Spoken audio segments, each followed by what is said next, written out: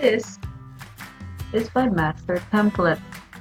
It has all of my heads, all of the same bodies, different mouths and guns, and we can make the original Iron Man, which means we can't use the face. So we're just going to end up using it as a guide. And we can take the head and then connect it to this face, which doesn't have a lot of similarities with the ones I made before.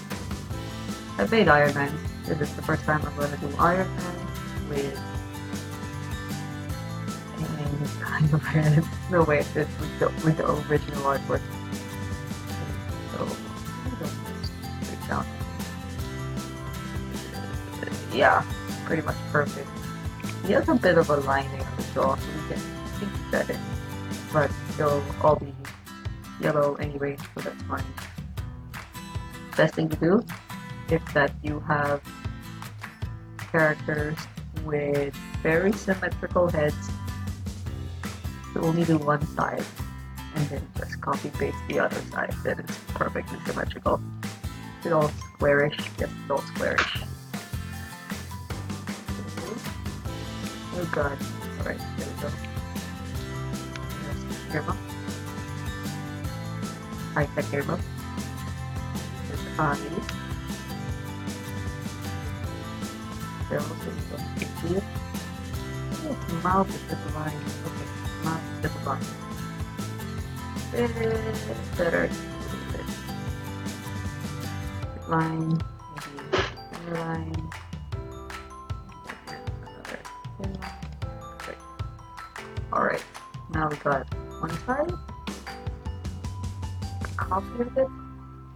Give them a bit of an outline so that it's easy to get rid of the black. And the flesh. Just a bit of the flesh, so all of the little bits are gone. Then you have half of it. There you go. Then the white. Voila! You have Iron Man. Usually you can use the template to guide you how far you need to go. It's not there. It's okay if there's a bit of overlap. You can fix that. It's gone. There we go. Okay, color. Black. Black.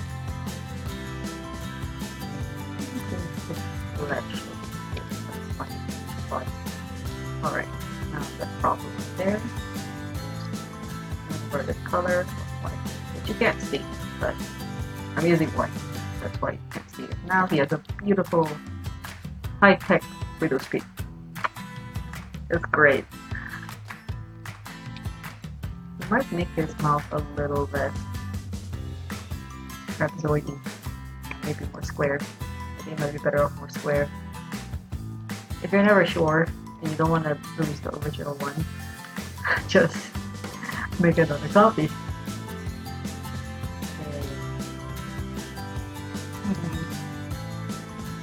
There we go. Yeah, it actually is a little better. There we go. Ha! Alright. Now we just have this spot. We can connect the body to the bottom. Where is the body? Alright.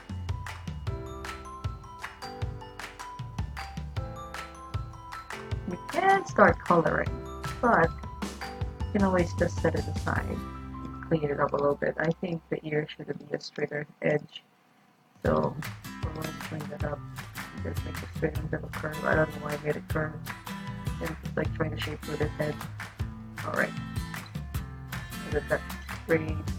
No, it's not perfect symmetrical now. Unfortunately. You still can do the copy paste method, but you technically you don't need to. It's just a little detail. Just straight. There we go. And with that, we can just copy paste the whole thing again. Copy. Pick out the colors. The red that you see up here is different from the red. This is the brighter red. This is actually a very dull red. Compared to put it side to side. Very dull. I suppose it's because he's like a character from a comic book to make him very, very dull looking, but I am not a fan of that. Just like how the yellow is. Let's find this. I'm just gonna go with a bit of a gray mouth. He's not exactly glowing like the last character. Even though his eyes are still technically whitish. I'm gonna keep it white. Actually, I don't know whether it looks better white. They might be better off with white. We'll keep the white. So now what's left is the armor, which is actually fairly simple. Yes, the circle in the middle has, for some reason, nipple. No, we're not putting the nipple, but we are putting his arm pads. So you can pick any color to start with your outline for the details if you want to copy paste over and over. But you don't technically need the red. I'm just using red. You need the spot. So he has a bunch of lines. If you're expecting to have a lot of lines that are close together, do not pick thick lines. Pick thinner lines, not too thick. Alright, what else is in here? He has unbead, yes, the circle. You might be better off drawing the circle on its own, but the small little circles you can definitely write in, because that'll be very hard to make it center. And unbead. Unbead.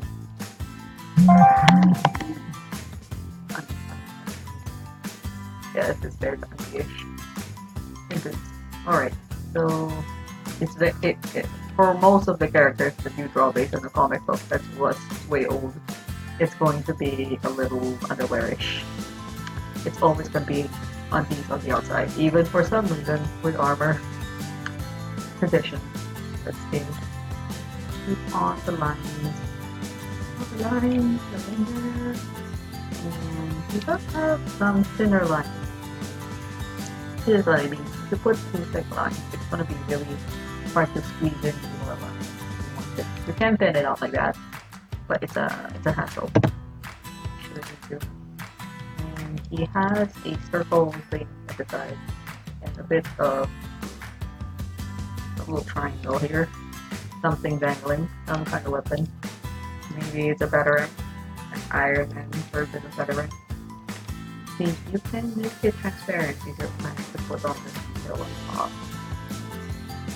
That's fine. And then, if you are still putting on details, you can figure out how to put overlap over the red, overlap with another color. So I'm using orange. Overlap with the disc. What disc is this for? I'm not sure. I technically did not read the comic book, so I will not know what purpose some parts of his armor do have.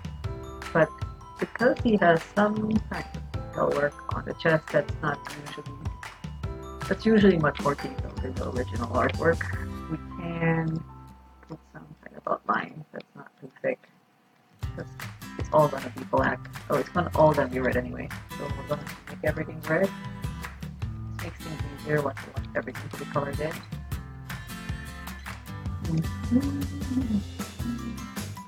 Alright, there we go. So we have the outline. You don't need to technically get the whole thing out. You can keep it as is. Then get rid of. Actually, you can actually fill that in so that you don't color completely the inside. Get in.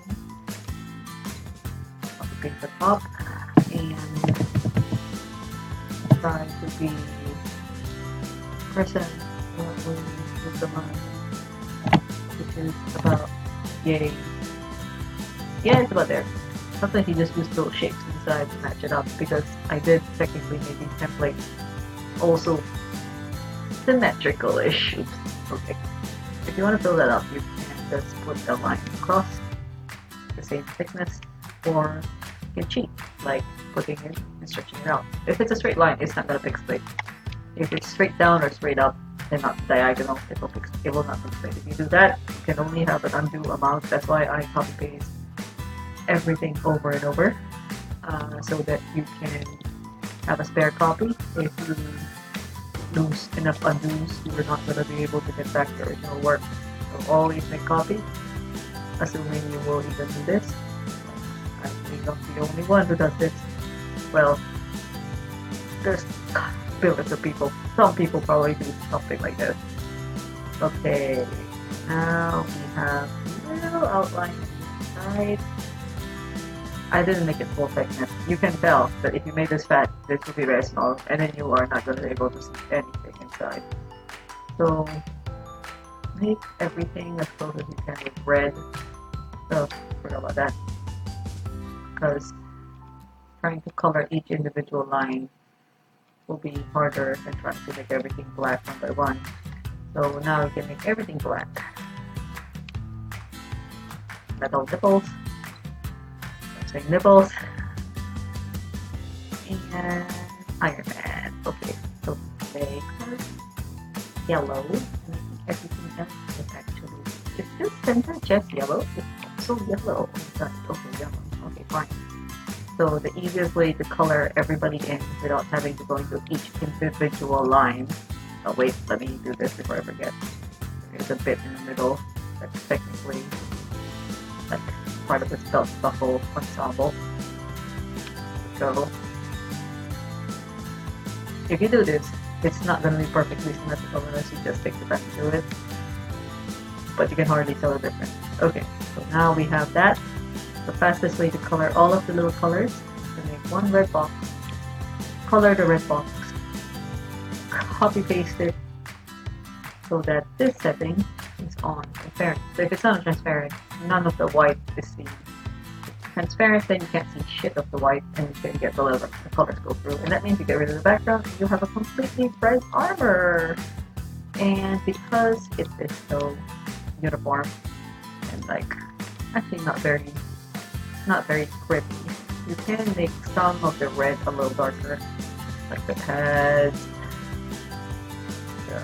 these parts of the armor, the thing, so that you have some color variation other than, oh no, everything is red.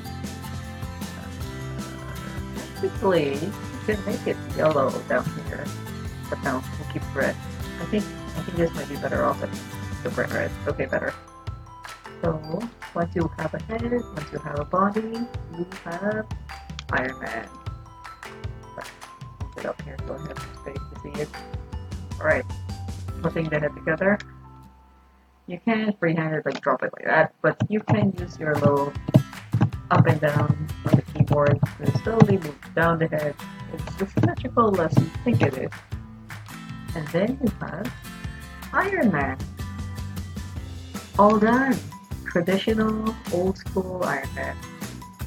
And we can shrink this template now because I know I'm not going to use that space anymore. And then shrink everything down to its size. Aha! All done. Ironman. It's very easy to draw. We have a lot of Ironman in my database of things. We can take a look at the original Ironman we drew, which has the double high five. Okay, no, that's not the original one I do. The original one didn't have the double high five. He had little stubbly arms like that, but the same armor as a while ago. I don't know where I put him. He should be around here somewhere. But all you did was change the design of the armor in the middle, and you can make all of the different versions of Iron Man. The one from Iron Man 2, the one that came from his suitcase, Baymax Iron Man, because that's fun. You can color him any color if it's Baymax. And the Iron Man from Avengers, the Endgames. One of the best armors, prettiest. I refined it if you can't tell, like the face, redrew the whole thing. Put in a lot more details of lines. I say details, it's just more lines. Put more lines, it looks more like armor. I did